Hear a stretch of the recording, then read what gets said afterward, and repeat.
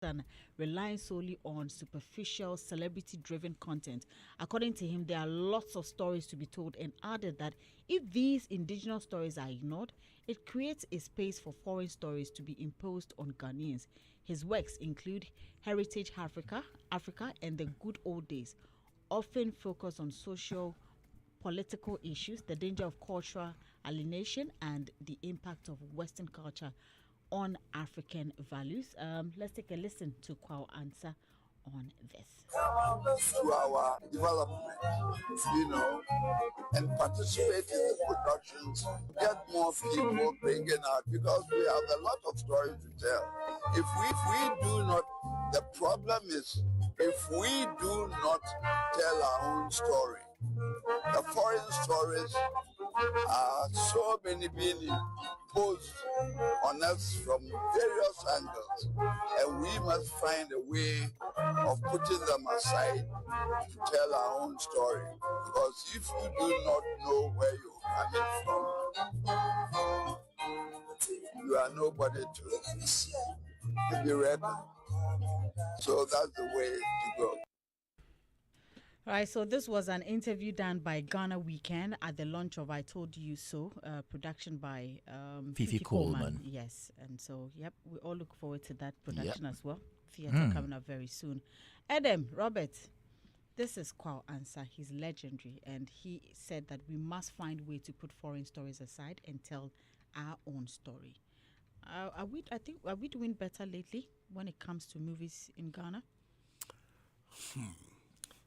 I think that it's been a mixture over the period where even some abduct or pick other country adaptation movies from other countries, and they try to make it our own, or try to bring it to our level. You understand? It happens, and at times some do it for various reasons, because of maybe the narrative in the story and what exactly a theme in the story that they can relate to, and they want to re-echo the theme. But that aside, I think the crux of what he's saying is about you telling your story, because storytelling is a way of projecting yourself to the rest of the world, So it has its own importance, It creates its own perceived value for your country. And over the period, we know how countries who have found a way to tell their story, because the movie becomes like a soft tool, a soft power to be able to, through that, project your culture to the rest of the world. And over the period, countries have been able to shape our perception. They shaped how we see them, and that has contributed a lot to how powerful they are. You talk of America, talk of UK, and even when it comes to love and things, your mind goes to Mexico because of their soap operas, among others. So it's very important, and it's a powerful tool through which you can softly enter the minds of people, among others. Countries know how people can easily shape their perceptions. That's why in China, it is difficult for foreign content and others to get in, because they know that the mind is one of the easiest way to, change perception or change behavior of people. Recently, from the time Trump came to power, you've seen how they are going at it with TikTok.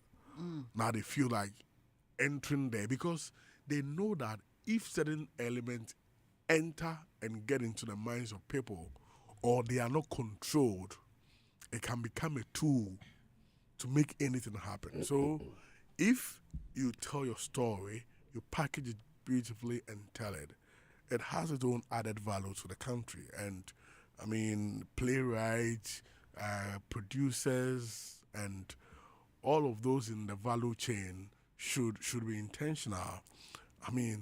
And I think that what some time ago, was it GTA, where they were they had some money for people who were doing stories around Ghana or other things. Those things need to be intensified by the government. That seed money, and among others, should go into encouraging people to tell stories, because we have so many stories that I think that we've not told from our independence, the role we played in Africa.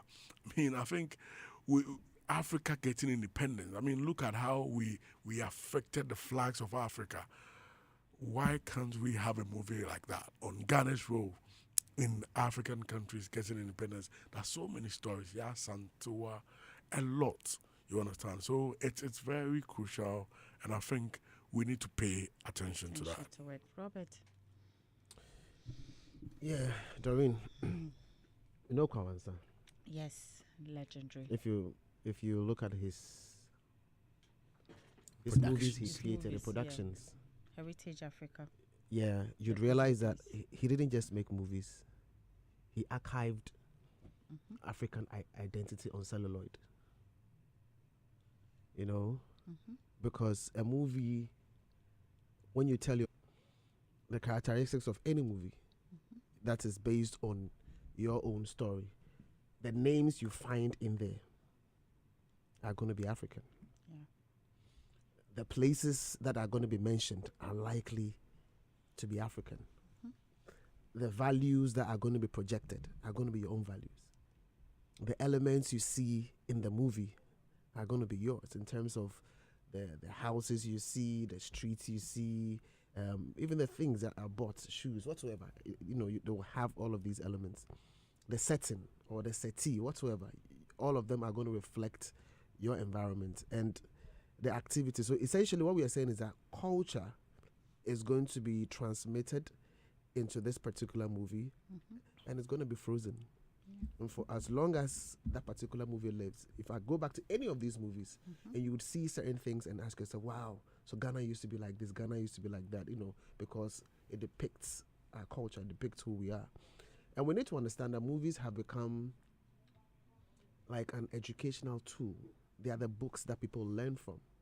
You understand? You may not have set out to preserve culture, but 15 years from now, whatever you've done, because it's a reflection of who we are, you go back and you go like, oh, this is what it used to be, and that is preservation of culture. So it's a simple call, but it's a call with a huge impact undertone, and we need to be able to heed to these things. The economic benefits, I mean, we all know it's huge. Once you are telling your own stories, you're capturing stuff from you. It means that at the end of the day, who best tells your story? Your own people. Then you are building the storytelling sector. People are writing scripts and all of that, the ripple effect is there. Movies that you are going to shoot. And you see, because again, your story is sometimes best depicted by people of your kind. So your actors are easily able to make sense out of it, because context and content is an easy thing. In terms of even the writing style, you're going to have terminologies and lingos that you are used to, So at the end of the day, you're building the industry, and you have movies coming out, people are watching. Obviously, the economic benefits in terms of the value chain is standing out, and it continues. I mean, at the end of the day, when it comes to exports, I think that I've also heard that from the movie section, quite a number of the stories that are being told right now feels a bit repetitive. And the African stories have not been told enough. And there are quite a number of heroic moments or heroes within our spaces who have not been projected. And that's the reason why a story like The Woman King was it's different. When they spoke about the Wakanda vibe, I mean, even there are quite a number of things within Africa that are like basically yet to be told, and we need folks telling our stories. And this call is so important. You see, I'm not even just interested in this. I'm looking at it from the perspectives of kids. And anybody who's got kids knows that when you ask your children, your children get onto YouTube and they're learning all of these things, the rhymes, the songs they are listening to, all of these things are foreign. Most of these things are foreign. And so you keep asking yourself, where are the content creators from Ghana to cover the various age brackets all the way through till you become an adult? So right now, you have a young generation who are heavily foreign influenced because we don't have enough material. When we were growing, it wasn't about social media. So obviously, you would learn these things from the environment. Right now, what the kids are learning, it's heavily on Nickelodeon, what do you call it? Sonic this, Baby Shark. These are the things. That Baby Shark Baby Shark elements. These are the things that they are learning. You know, so I think that there's a huge opportunity out there. There's a huge space, there's a huge gap, and storytellers need to be able to go into this space. I'm not just saying it from the perspective of like a movie, but storytellers in terms of all the facets that we need, just to be able to ensure that we orient ourselves in a way that encourages the African personality and identity, which Nkrumah was projecting even on the night when they declared the independence. So I think these are things that we need to be able to take seriously. Multimedia is a very powerful tool, and we need to be able to see it as is and utilize it to advantage. Because if we don't, somebody else is going to do the education. And when somebody does the education, they will project their values onto you, and they will forever remain supreme to you, because I just don't think it is appropriate for you or to allow your kids to grow up seeing themselves in the background rather than see themselves as a protagonist in movies or in movies. And that's what we need to do. We need to be able to build our people rightly and project the African personality and culture through the movies that we do. So yes, it's a very beautiful call. Yep. Right. Just 3 minutes and it's almost 10 literally. Thank you so much, Robert. Thank you, Adam, for coming in this morning. Thank you to you. Please, I have a birthday. It's been a while. No, Because if he was you quiet. don't have, then you didn't come. Okay. Masa. So I think this is going out there to you. Dashel is coming from your one and only Ifya. So Ifya says, a wonderful birthday to you, Dashel, and may God continue to protect you and, ensure your heart desires come to pass. So stay blessed, enjoy your day. I know you're going to have a fantastic birthday. Dashel. Thank you, Adam. Yeah. Dashel. Thank you so much, Mr. Hagler. Thank you, Debbie Sway. Thank you, Nee Apnes. Thank you, DJ Fantastic. Thank you so much for doing the listening with us here on Daybreak Hits. We are back here same time tomorrow, 6